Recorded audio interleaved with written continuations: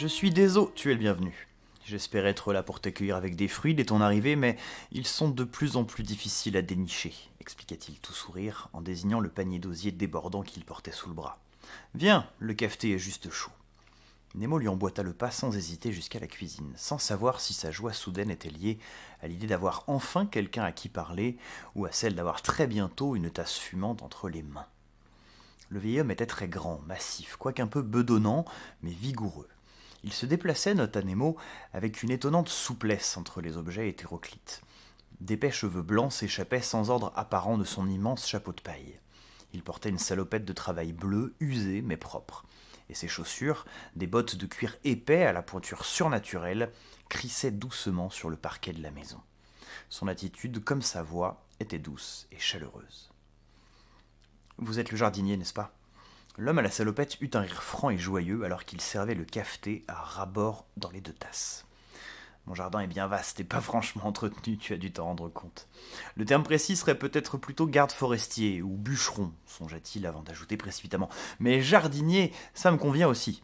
Mon nom est Abra. Comment la forêt s'est-elle retrouvée dans cet état demanda Nemo d'un ton qu'il aurait souhaité moins accusateur. La bonne question, mon garçon, c'est rarement de savoir comment les choses ont été détruites, et plus fréquemment de savoir comment les réparer. Et c'est pour ça que tu es là, pas vrai? Nemo, c'est ça? Nemo confirma d'un hochement de tête, tout en se laissant guider jusqu'au porche, où ils s'assirent sur deux fauteuils rembourrés, à l'aspect usé, mais confortable. Il y a quelque chose que je ne comprends pas, s'empressa de dire Nemo. Pourquoi moi? Ah, ça, c'est une très bonne question. Je ne sais pas, mais bon. C'est toi qui es arrivé, alors pourquoi pas toi? Je n'ai rien d'exceptionnel et je n'y connais rien en forêt naquirent en même temps dans les pensées de Nemo, mais aucune des deux réponses ne franchit ses lèvres. Trop de questions déjà se bousculaient dans sa tête sans ordre apparent. Et le jardinier, qui sirotait calmement son cafeté avec une bienveillance amusée, ne fit rien pour l'encourager. Si bien qu'il finit par répondre distraitement, presque pour lui-même.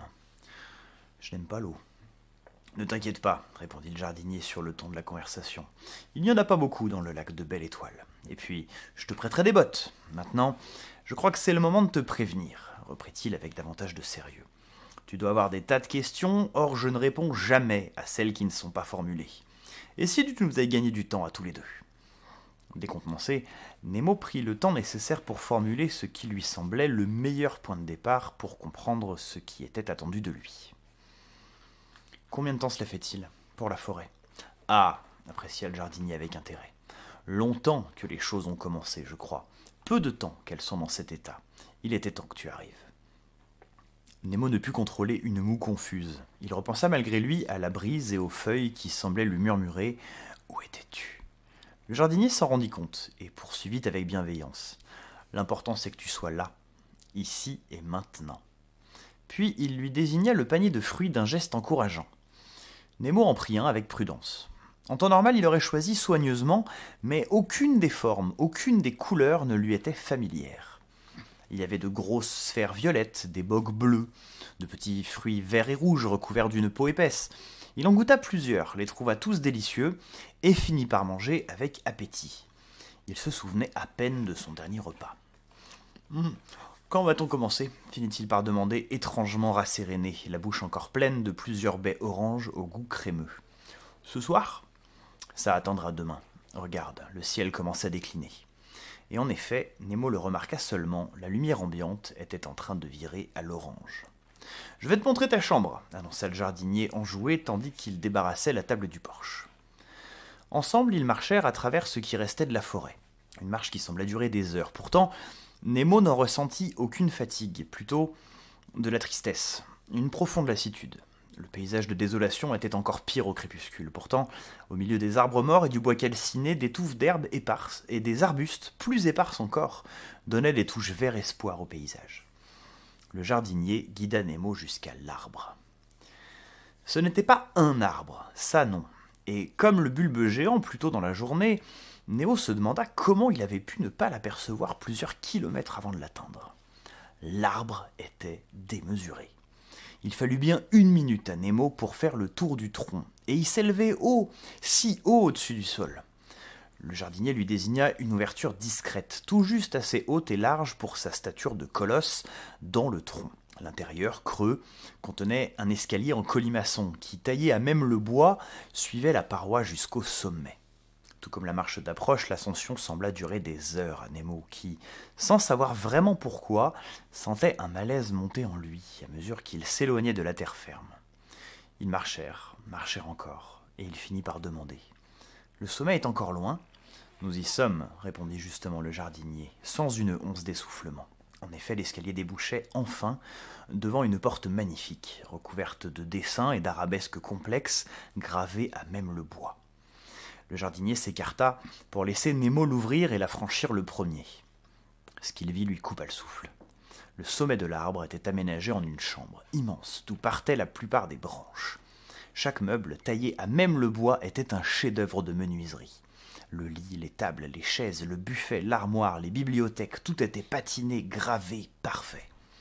Mais ce n'était pas le plus impressionnant. Nemo franchit la pièce et s'appuya sur une rambarde taillée à même l'arbre. La pièce ouverte surplombait la forêt, qui semblait minuscule, mais s'étalait à perte de vue. Le bulbe vert et rosé était un petit point dans le lointain, ses volutes de fumée trop fines pour être vues. Le lac dessinait une larme bleue à l'horizon, et le corps de ferme massif du jardinier, bâti à flanc de colline, était à peine visible.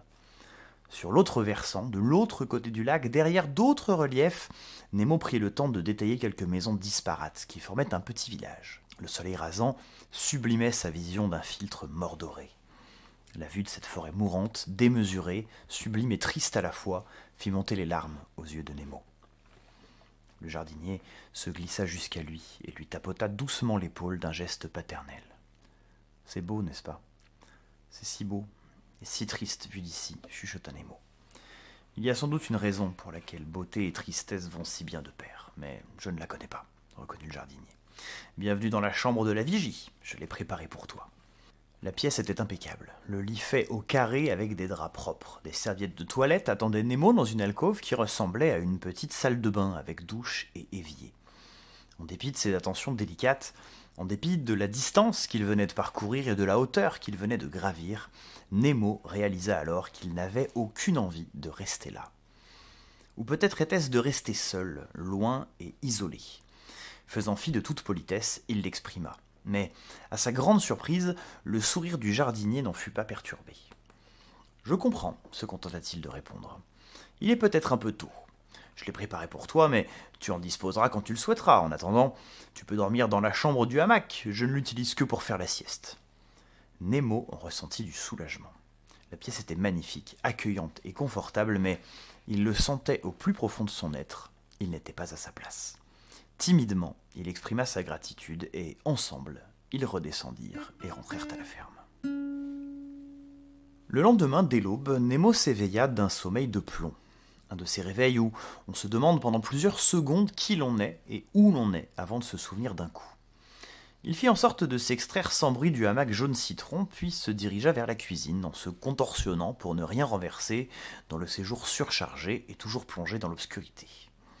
Le jour se levait à peine, et même la cuisine baignait dans une clarté ténue. Pourtant, Nemo en fut surpris, la cafetière fumait déjà paresseusement et une tasse l'attendait sur la table. Il la remplit et sortit sur le perron où il s'en doutait, le jardinier l'attendait déjà, sa propre tasse à la main. La nuit avait un peu revigoré Nemo. Le malaise qui s'était emparé de lui au sommet de l'arbre paraissait lointain.